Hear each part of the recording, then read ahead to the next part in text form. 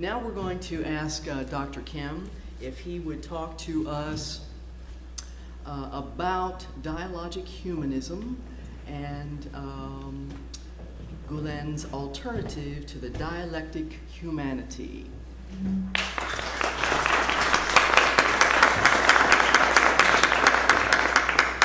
Thank you so much.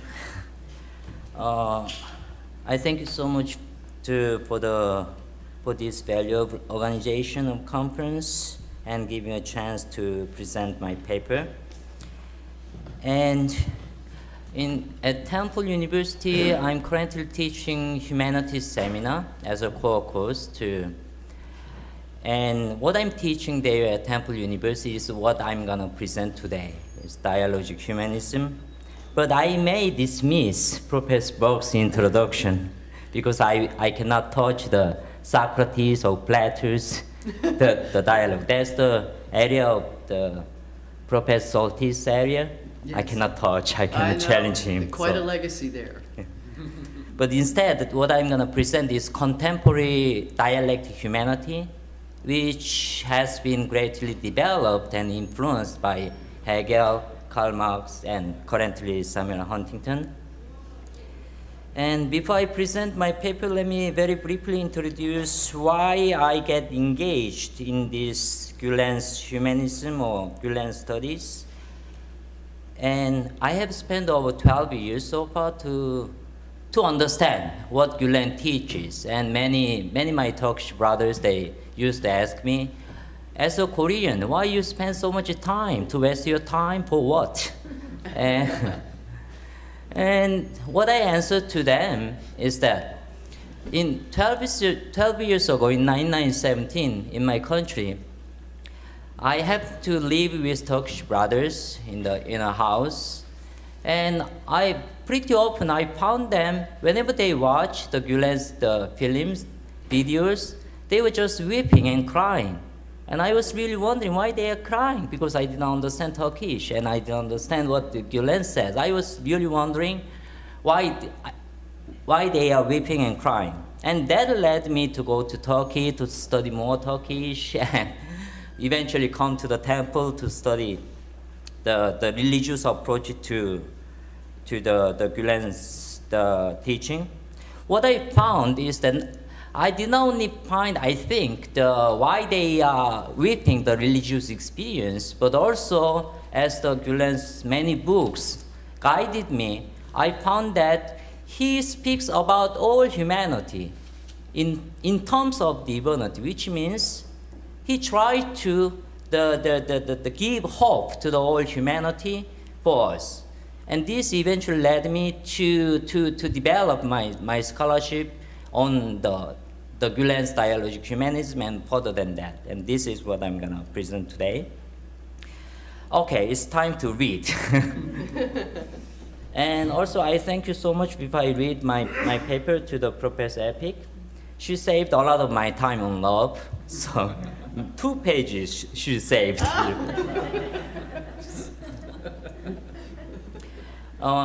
First, let me clarify Gulen's humanism, then let me explain what I understood from the dialectic humanity and why I see Gulen's humanism as an alternative to dialectic humanity. As well known now internationally, Gulen is the foremost among the advocates of dialogue in the contemporary world. Gulen sees dialogue as the sole means to rediscover our true humanity in today's world. In this respect, he is an inspiring humanistic thinker. As a humanist thinker, Gulen proposed his one distinctive version of humanism. Like any other Muslims, he finds the meaning of humanity and the value of humanism in the Quran and the Prophet Muhammad Sallallahu life. But unlike a fanatical theology that tends to devalue humanity in favor of God's power, much like the Islamic spiritual tradition as known as Sufism, Gulen regards humanity as the most valuable being on the planet. This is important for my scholarship. I read, as you know, that the religious fundamentalists, what they are doing actually, in my reading, they devalue the humanity. Everything is up to gods. then as many of you already know that, then what is the place of our free will? There is controversial issues there. And based upon that, what Gulen teaches, as far as my reading goes, he teaches we have to think ourselves, because we are not God. We have to think ourselves first to reach to the God. So in this sense, I found, as I will explain some more about his dialogic humanism. And the Gulen sees the place humanity as the most valuable being, as he states in his book. Humans, the greatest mirror of the names, attributes, and deeds of God, are a shining mirror, a marvelous fruits of life, a source of whole universe, and a seed that appears to a tiny drop. And first of all, as the Professor Epic said, introduced, for Gulen, humanity is the greatest divine mirror, which means, as the greatest divine mirror, first of all, according to Gulen, in truth and in God's sight, humanity is greater than universe, including any other thing in the universe, can be, potentiality. And this conviction of Gulen, they eventually led him to his inductive logic toward the equality of all human beings in terms of divine, which means everyone, as long as we are human beings, we are equally endowed as the potentiality to mirror the God's aspect. So we are equal, no matter who we are, it doesn't matter. And here, as Gulen says also, the God's mercy does not discriminate. It allows every human being equally to reflect his manifestation. And therefore, all human beings, irrespective of religion, race, wealth, social status, are equal in their capacity and capability to mirror the divine light. What is more distinguished to only Gulen's thought, Gulen placed love as the foremost, the reflective, the image of divine light. Here it goes. Love is the foremost among the human reflections of divine existence, and humanity is his most polished mirror and object of his one love. It is love that enables one to truly transform his potentiality into reality. And because it protects one from hate and otherwise, only by love can humanism be truly realized. This is what actually Professor Epic said. What I want to focus here is that as a divine mirror, all humans are equal to reflect God's attribute. What is most important among God's attribute is the love, because God created all human beings with his love. So we have to reflect his love. That's his distinguished approach that I read. And on this basis, Gulen defines humanism as a doctrine of love and humanity. And as also the Professor Epic detailed, almost all his writings, as I read, try to revive the Sufi traditions, spiritual traditions, because spiritual traditions in Islam, they tend to traditionally focus on spiritual aspect and love. So in this sense, if you read Gulen's any book, you can find Rumi's word there, Emre's words there, Ahmad Shriwindi, Khalid Baghdadi, as heroes speaks of the spiritual giant as heroes of love, tolerance, and humanism. And here, in his famous word, now this phrase became famous, Gulen says, if we can spread globally the Islamic understanding of such heroes of love as Niaz Misri, Yunus Emre, and Maulana Rumi, and if we can extend their messages of love, dialogue, and tolerance to people who are thirsty for this message, everyone will learn toward the embrace of love, peace, and tolerance that we represent. This is what actually Gulen has done so far. But Gulen does not simply repeat the teachings of the great Sufis, but he rearranged that one according to the conditions and contemporary world. For instance, to address the contemporary world, Gulen makes Sufi humanism pertinent to today's problem, ones that differ markedly from those of the past. Gulen argues that the essential problem today that we have is the loss of true humanism. This loss has caused hatred and enmity to be widespread, closed the road leading to the understanding and tolerance, and generated many beasts who have lost their humanity. Gulen attributes the loss of true humanism to the rise of excessive materialism. Although there are few, if any, material shortages in the world, there exists an inequitable distribution that sharply separates the poor from the rich. And this problem originates from self-egoism of the material-centric mind. And this conviction led him to say again, the only way to disentangle the real and critical danger to human species is to revitalize humanism of love and tolerance, and to propose dialogue as the way to recover our humanity. And in this regard, as many of you already know, that Gulen speaks about Hizmet, and Hizmet is service for humanity. And the essence of Hizmet is the love, to how to spread the love, and in what aspect. But to spread love or to do Hizmet or to do service for humanity is not easy way, easy work.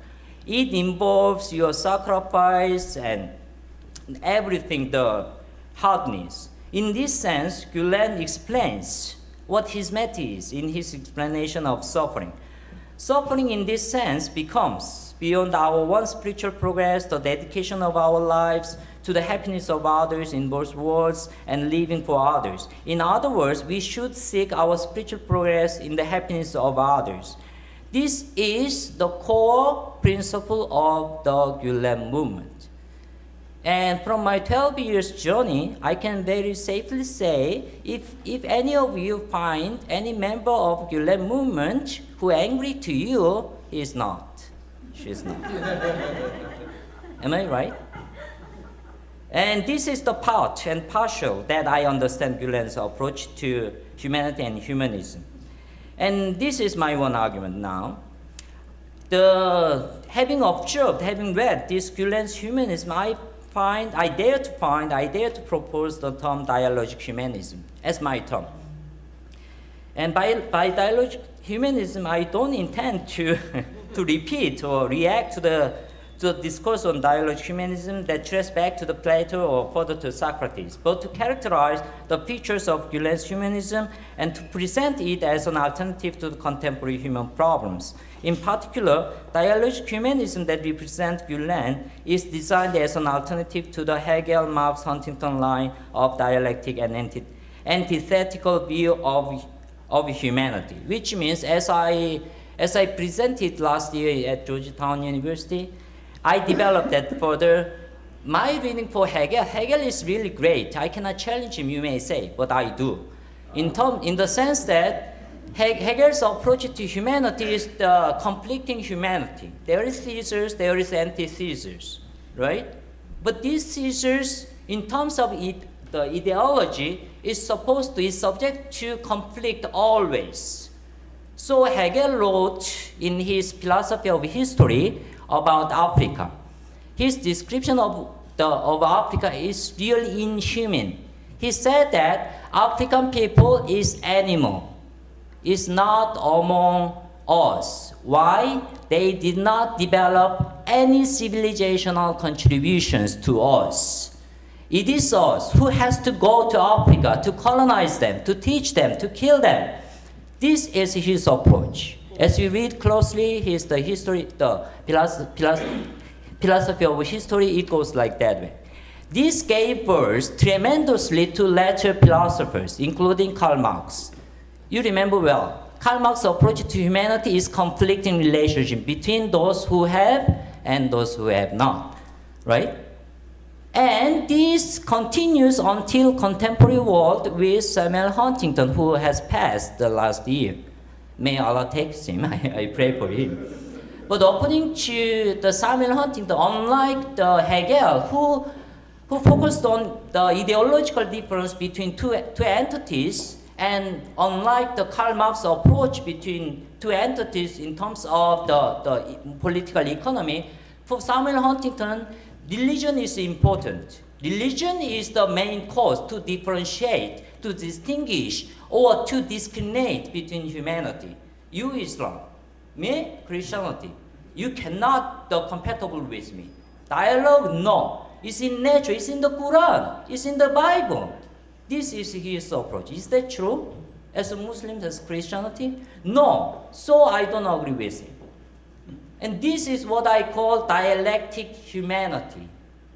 Plato, Socrates, dialectic humanity is really great, huge, influential to the intellectual, the argument. But unlike them, contemporary approach to dialectic humanity is totally opposite. And I found this dialectic humanity as the main cause, as a core cause of all the problems that now we have.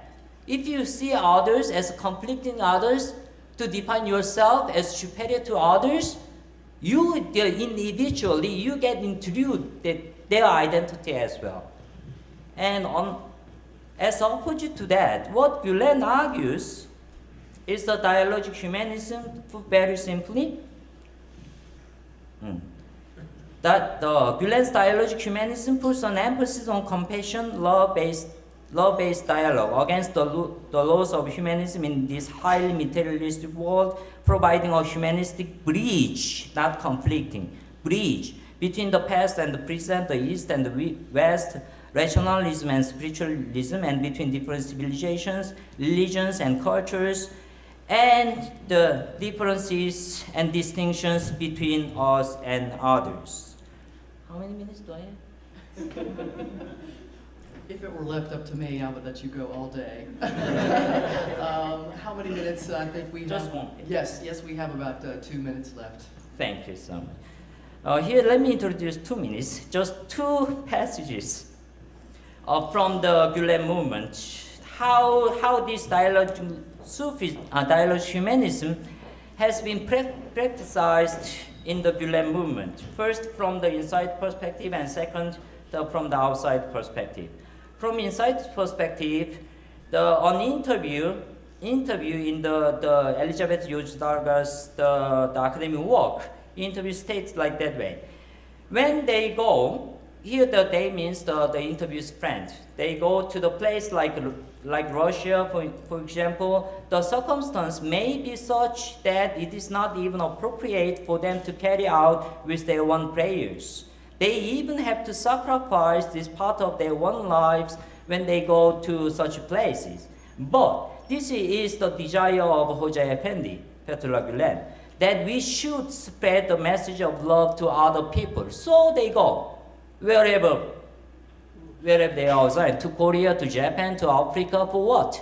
To spread the love, as this statement goes. And in response, what the outsider's observation goes, as many of our presenters already went to the Turkey. Here, the one reverend who went to the Turkey in the part of interfaith trip to the Turkey, and he gives some detailed picture of what he received by his observation in the trip. As I recall that trip, my heart overflows with gratitude to Allah for having led me to encounter members of a movement which is having such an impact on Turkey and other countries. Never have I seen so flooded with love and hospitality as I was on the trip. The sponsors of the trip and the schools we visited, together with students we met, radiate the intellectual acumen and the light and love that are and will be the only means of healing this troubled, broken, and violent world. This is outside observation of the dialogic humanism. Thank you so much.